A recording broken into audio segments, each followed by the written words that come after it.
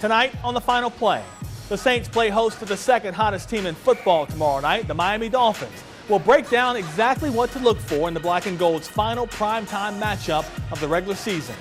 We'll also check in with LSU and the job new head coach Brian Kelly has done so far in the realm of recruiting and utilizing the transfer portal. Sam Spiegelman of Rivals.com stops by the show to discuss all of the Tigers' moves to get better. And we'll check in on the Pelicans and see how they fared in Oklahoma City tonight as they tried to push their win streak to 5 games. All that and more on the Final Play. And it starts right now. From Fox 8 Sports, this is the Final Play, brought to you by Ron Austin Law, your Southern quality Ford dealers, built Ford tough, and Nissan. Shop at your local Nissan store and nissanusa.com. Welcome into the Final Play. I'm Juan Kincaid. Before the storm that is Monday Night Football, it's hardly been calm for your Saints, who go into that game against Miami extremely shorthanded because of positive COVID cases. So it's not only a question of who's lost, but who's still available for that crucial game. Sean Vazan starts us off tonight. For the Saints, it was a COVID kind of Christmas. Instead of holiday cheer, their week was filled with positive tests. And it's the uniqueness of this season, and yet, we got to get ready and be prepared if you're in. I think just as importantly as the kicking game, because there's always that attrition. Players that were specialists now moving into roles maybe more on offense and defense. How are we handling that? All of those things will be important. Defensively, the Saints lost to Mario Davis and Malcolm Jenkins, but the biggest concern comes at quarterback, with both Taysom Hill and Trevor Siemian on the list, meaning rookie Ian Book will make his first career start Monday night. He's going to do fine. He's excited about the opportunity, and obviously there'll be some plays where you want to get on to the next play, but he's kind of going to class with the game plan. He's done a good job handling that, and then it's up to us to give him the right things relative to the game and where we're at offensively. I'm going to be pretty buzzed. Yeah, I don't know what it's going to feel like. I've played in big games, but I think this is the biggest. Obviously, we're professionals now, and it's Monday Night Football. I grew up watching primetime football since I was a little kid, and it's a dream. And I'm just going to keep telling myself, what a great opportunity. There's a million excuses out there is what I'd say, and we're going to use none of them because we got to go out there and play. We're all professionals, and when your name's called, you got to go out there and perform. To back Book up, the Saints brought Blake Bortles aboard, a former first-round pick with 73 starts under his belt. We're familiar with the player. He was up this year for Green Bay when they had an injury to Aaron last year with the Rams in the same way. So he's had experience in different offenses. He was out here practicing today. We'll get him up to speed and figure out the things that he's most comfortable with in the event he has to play. And Book has the backing of his teammates, including the ones he shares the QB room with. Jameis reached out, sent me a nice note. Trevor called me, Taysom called me, so it's been pretty cool. Just go out there and play football, have fun. We always say stay ready. I've been joking with Taysom or with Trevor all year. We always say stay ready every time we see each other, and now we're at this point. So they're excited for me. I wish them well and hope they get better soon. But they've sent me some good notes. Tough Talk is sponsored by your Southern quality Ford dealers, built Ford tough. First you heard him, now you see him. Sean Vazan joining us here on the Final Play. All the talk over the weekends about the Saints reportedly, and coordinator Jeff Duncan reaching out to Drew Brees, the GOAT, to come back and give this team a helping hand for one game. Does that surprise you? No, not really. But I wouldn't be surprised if this was not the first time they've reached out to him during this season. It's been a tough year when it comes to injuries and COVID for that quarterback position.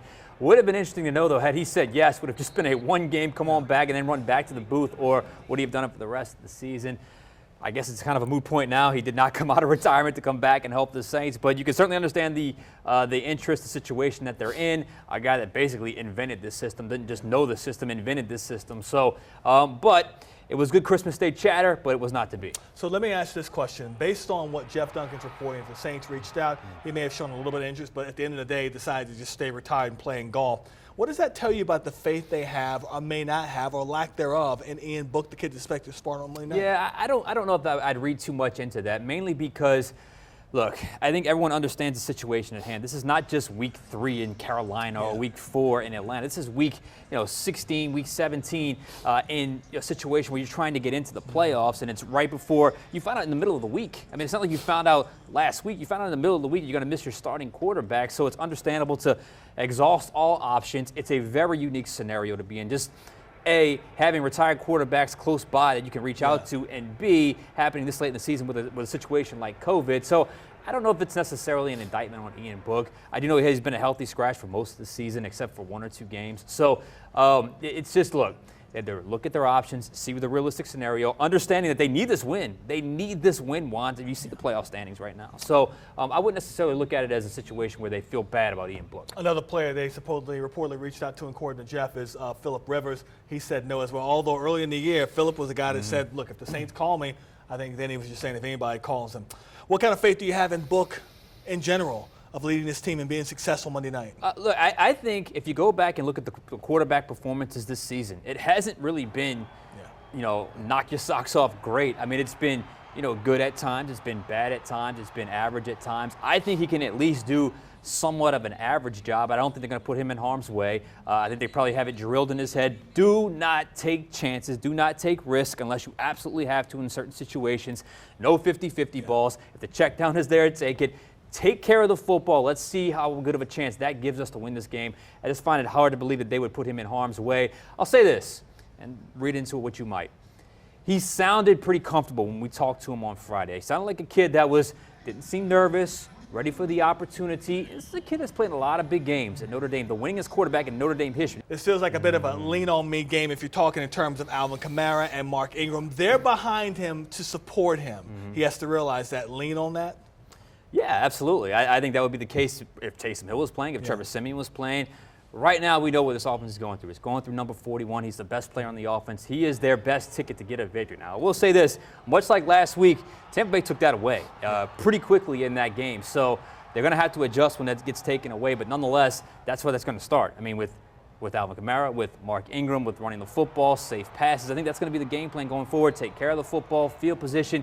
Defensively, they got to play better. You're right about that. Okay, so on the other side of the ball, speaking of defensive, the Saints are wounded up the middle. Demario Davis, Malcolm Jenkins, 2 stalwarts on that defense, 2 probably the biggest veterans on that defense, likely out because of COVID. Iron Man. I mean, and this is coming off a year where Cam Jordan missed his first game of his career. Yeah. So it stinks that the guy like Cam Jordan, now Demario Davis, and Malcolm Jenkins, 2 guys that have not missed a game since they've signed with the Saints, are now going to miss the game. And not because of injury, too. Not because of injury. Yeah. And Demario Davis is the heart and soul of that Yes, defense. he is. And Malcolm Jenkins does a pretty good job of lining those guys up, even if he's not quite physically the player he once was. I still think from a mental standpoint, he's really the guy they turn to, especially in the secondary. So, yeah, I think those are two big misses, big absences for the Saints, if you will, because those 2 guys really are the heart and soul of that defense. How do they fill in for Demario? It looks like it's probably going to be Pete Werner. I know they have Zach Bond as well on the roster, but based off those 2 guys, based off past experience, I think Pete Werner would be the best option at that Mike linebacker position, given he's gotten a lot of experience on the field. He seems to play well off the line of scrimmage, so that would be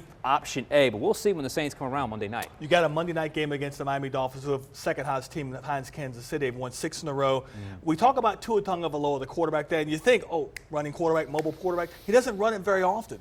But what's the challenge there with him? I just think he's in sync with his receivers. He's playing better football. He's a guy that can move around. The threat is there even if he doesn't do it. He's pretty accurate using the middle of the field. Dennis Allen mentioned that a couple of times in his press conference earlier in the week, that Tua Tagovailoa uses the first and second level, middle of the field, and sometimes that could be tricky to defend because a lot of times that's a second and third window opening up, and sometimes it's a little hard to defend, and not all quarterbacks are good at that. He is good at that, especially when you watch the tape. So I think that is the biggest challenge. His ability to run the football, yes, but also his ability to work the middle of the field. The good ones really do that. And we think about they've won 6 games in a row, but it may be a bit misleading. 2 wins against the Jets, beat the Panthers, beat Houston. Those 4 teams no longer in playoff contention, officially eliminated. So you take that with a grain of salt, don't you? Look, they're still winning. I mean, they're still winning football games. gotta win I think the games they you play. beat the Ravens at one point in that stretch as well. So it's not like they're beating bad football. I guess they have beaten bad football teams, but they've also beaten good football teams. And we've seen the Saints. They've beaten Green Bay. They've shut out Tampa Bay, but they've lost to Atlanta. They lost to the Giants. So we've seen the up and down nature of the Saints as well. So that throw that out the window. Miami is red hot right now, and they're playing with a lot of confidence. And that's hard to go up against, especially when you talk about a team that's fighting for a playoff spot. So that needs to be the furthest thing from the Saints' mind. About 30 seconds. Sean Payton coming back. Difference maker? Yeah, I think it adds a little juice. I mean, I don't know how much longer they could have done the interim thing with Dennis Allen, but he came back, and he'll be on the sidelines. We know how intense he gets on the sideline. You know how much he feeds off the energy in the crowd, especially on Monday Night Football. So the energy's there. Sean Payton's there. Yeah, I think that can make a difference. Okay, we shall see Monday night against the Dolphins inside the Superdome. Sean Vazan, thank you very much. So here are the up-to-the-minute NFC playoff standings for teams 6 through 10. The Niners are still in 6th spot after Thursday's loss to Tennessee. They lead the Eagles because of a head-to-head matchup won by San Fran early in the season. The Saints, they're at number 8 and will play tomorrow night against Miami. The Vikings lost today. They dropped to 9th. The Falcons won today. They're now up to 10th at 7-8. So to come on the final play, we'll head to campus for an off-the-field update on the LSU Tigers as Brian Kelly's staff and player roster continue to come together. And later, can the Pelicans add to their season-long 4-game win streak? We'll take a look back at tonight's game at OKC a bit later on the final play.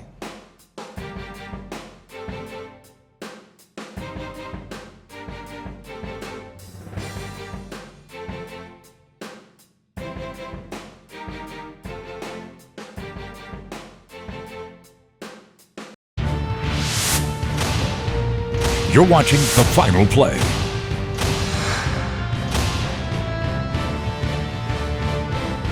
An argument could be made that when it comes to college football recruiting, quality is always better than quantity. But the number of quality players you have is important for a program like LSU, who still have some work to do between now and the next National Signing Day on February 2nd. Here's Garland Gillen. Brian Kelly's 2022 roster is a work in progress. What he does know, he'll have Miles Brennan back for his 6th year. Fox 8 sources said the ship had sailed on a possible return to Baton Rouge after Brennan entered the transfer portal. But multiple calls from the LSU head coach changed Brennan's mind. As for Kelly's signing class, not impressive, but he's still got a lot of time to turn things around. In the early signing period, 13 recruits signed with the Tigers. That includes 2 5-stars in quarterback Walker Howard and offensive tackle Will Campbell. Just going to bring myself day in and day out. I'm going to work my tail off every single day, and I'm ready to work, and that's what I'm excited to do. I got a great team over there, great building class over there, and great players already there, and can't wait to get in there with them and just start competing. Other big gets in the December signing period include defensive lineman Quincy Wiggins and Edna Carr's Tyjee Hill. Tyjee, Brian Kelly regime came in. You committed to the past coaching staff. Why did you decide to stick with the Tigers? Just as like why I committed. I committed to the Louisiana State University, LSU. I didn't commit to the coaches. Of course, I would like for Coach Orgeron to stay. That's who recruited me, but it's still a business. Coach Brian Kelly came in, still made sure I was a priority. Coach Frank Wilson made sure I was a priority. Said I still had a home at LSU, and why would I leave and just?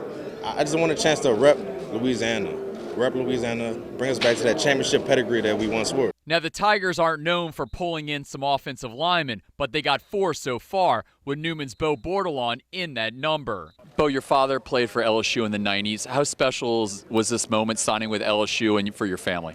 Yeah, words can't really describe how awesome that this moment is. And it's something I've really been dreaming about for a little kid, since I was a little kid. And, ever since I can remember, I've had an LSU Tiger jersey on with a little football in my hand or a fake helmet or something, but I think I had Tigers spinning over my crib when I was little, so really just a dream come true. Kelly and his staff pulled a late flip, convincing Mandeville wide receiver Landon Ibieta to sign with LSU. Ibieta was originally committed to the Miami Hurricanes. It was really cool, especially because it's my dream school, so I've been waiting on it for a long time, and just to walk out the tunnel into the stadium was a great experience. 24/7 Sports ranks the class number 18, and Rivals puts them at number 27. The Tigers can sign a max of 32 players in this class. That's 25 high school guys and 7 from the transfer portal. LSU has lost 7 to the portal. In that number, Max Johnson to Texas A&M and Eli Ricks to Alabama. So now they can replenish with 7 new additions to the Tiger roster. All right, we're now joined by Sam Spiegelman of Rivals. LSU's 2022 recruiting class By On3 Composite, which is taken 24/7, ESPN and Rivals are number 16 in the country. Only have 13 signees so far.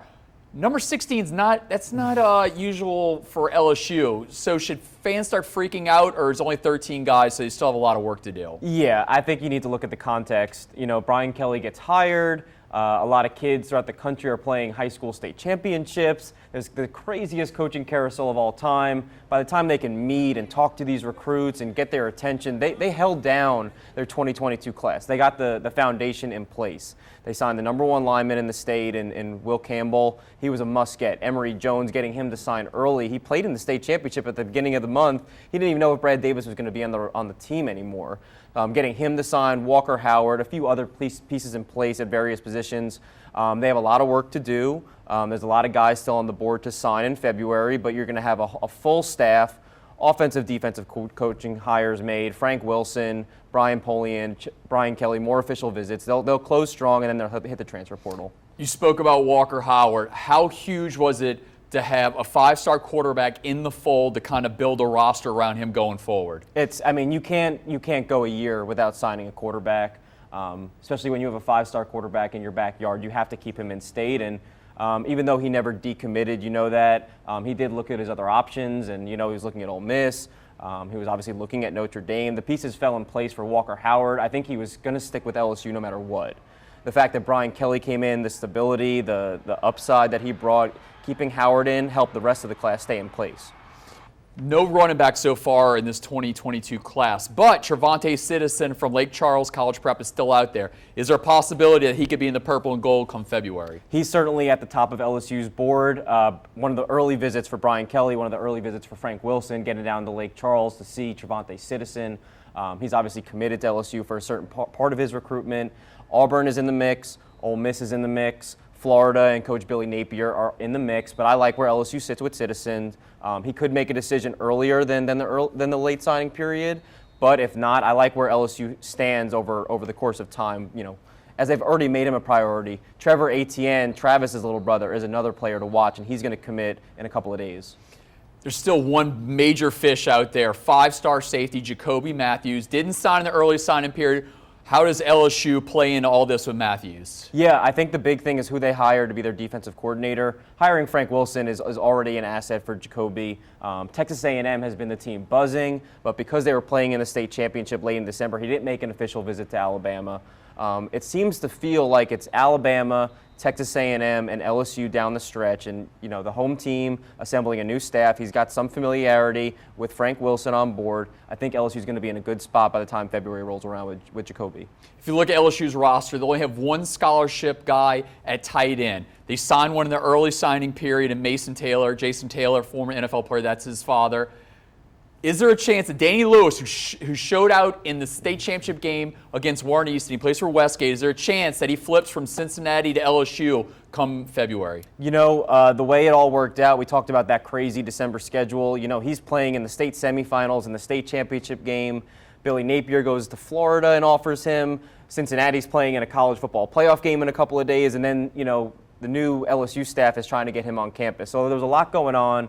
He pushes this to February. That's going to give LSU and Florida both a chance to try to flip Danny away from his Cincinnati commitment. He's got some Louisiana ties up there to Cincinnati, believe it or not.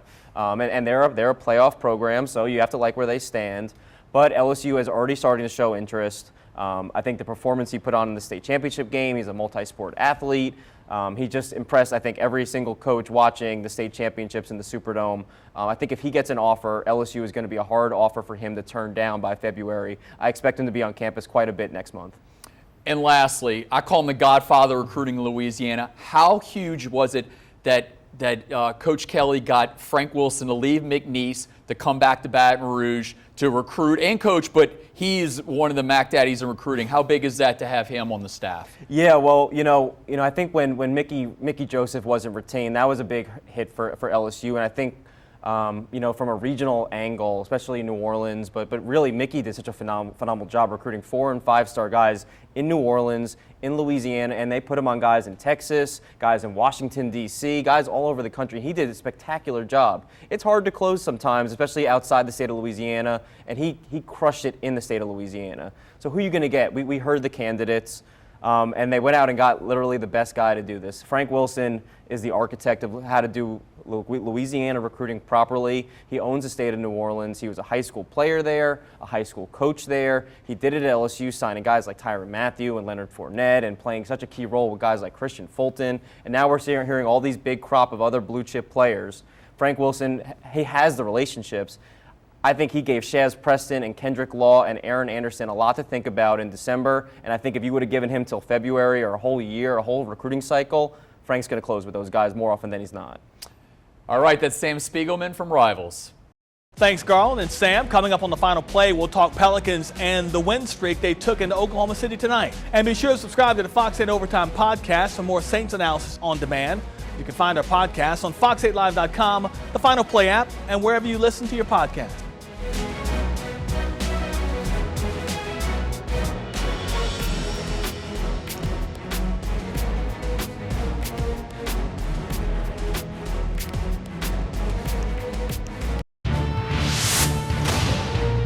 You're watching The Final Play.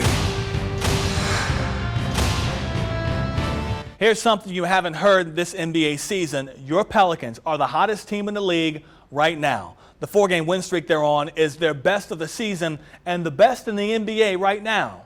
They were in Oklahoma City tonight to face the Thunder for the second time in 11 days, and they were without Brandon Ingram, who left the game early with Achilles soreness.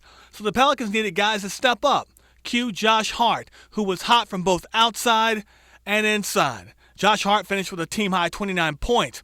But the Pelicans struggled late in the game to stop Aaron Wiggins, of all people. He finished with 24 points. He was the X factor for the Thunder, who snapped the Pelicans' 4-game win streak. 117-112 the final score. 4 of the Pelicans' next 5 games will be at home, beginning Tuesday night against Cleveland. They'll head to Milwaukee on New Year's Day. Then 3 straight inside the Smoothie King Center. Utah on the 3rd, Phoenix on the 4th, Golden State in town on the 6th. Coming up, we'll close up shop with our Play of the Week.